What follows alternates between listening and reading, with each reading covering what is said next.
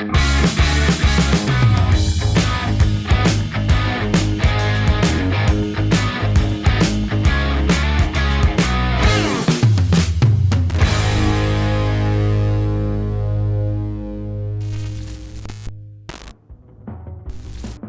guys, before we show you this video on this chic Renault 4CV Resort Special, we must take a detour and point out a faux pas we made.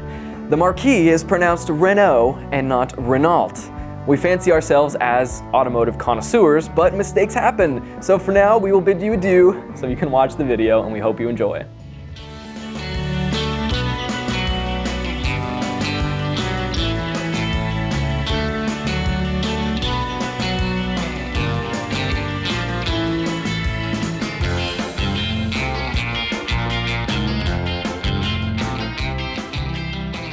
Hey guys, welcome back to the Collector Car Network. We are here at Barrett-Jackson, and I'm joined here today by Will, and we are looking at this gorgeous 1961 Renault. So, Will, would you like to tell us just a little bit about this vehicle? Well, they also call the Resort Special, also known as the Beach Wagon. It almost resembles maybe a little bit of like a Volkswagen bud, because it's got the top cut off of it with a little awning on the top of it. But originally, Renault had, I guess, contracted with somebody down in the Bahamas to make 50 of these for the resort, and that's why they call it the Resort Special. So, from what we can find, there's maybe 3 or maybe 4 left in existence, and sometimes it is misconstrued as one of the Jollies that Fiat was making later on. But this is actually a real, true Renault and 4CV. And it's in gorgeous condition. It is. You are the restorer. You brought this thing back to life. It was already restored quite a years back, and it had been sitting in the barn for a while, and the older woman that consigned me to have and take it to Barrett-Jackson for her this year, I took it completely apart, almost nut and bolt, and cleaned it all and put it right back together the way it was, and got the engine running. What's neat is the wicker chairs that you want to take a look at. These is the original wicker chairs that was built for this. Later on, they had the other wicker done for the actual the floors. Got a little 4-cylinder in it. In the rear, of course. It's a 3-speed. Check that bad boy out. Not much on horsepower, but it'll get you down the beach. Oh yeah. 6-volt. Definitely seems like the ultimate beach cruiser. You bet, you bet. But it's a lot of fun, and to actually see something like this that there's less than 3 or 4 of them around, you know, it's quite special. Definitely.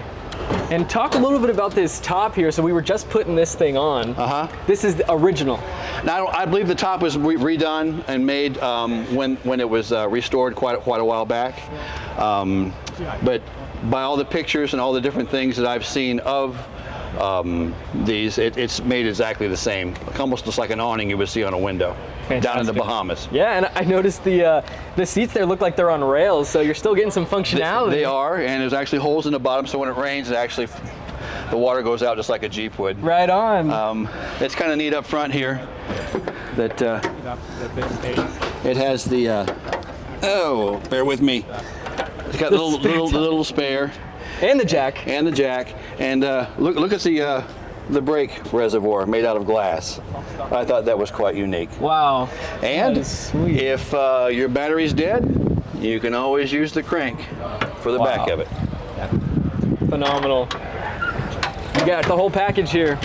Well, Will, thank you just so much for giving us a quick rundown. Oh, you're quite welcome. I appreciate you coming by and taking a look into this little guy. We're very excited to see, you know, what this thing's going to go for. I imagine probably quite a high price. Well, I hope so. I mean, one at Sotheby's about 10 months ago or so went for like $106,000. I think this one's in better shape than that. So I'm hoping everybody gets out and really takes notice of this. And you know, I think as a collector's item, I'm not sure if someone wants to take it into their beach house and have fun with it, or put it in the garage. But either way, it's going to be somebody's prized possession soon, and I'm looking forward to seeing it going across the block. Thanks, Barrett. Thank you, guys. Okay, so we just had an amazing interview with the man who kind of, you know, rejuvenated this thing and brought it back to life.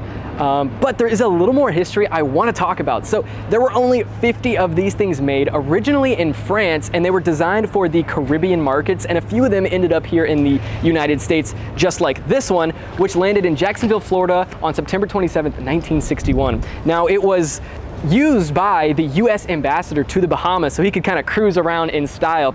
And believe it or not, but this thing has been in the same family in Vero Beach for 40 years. But just look at it.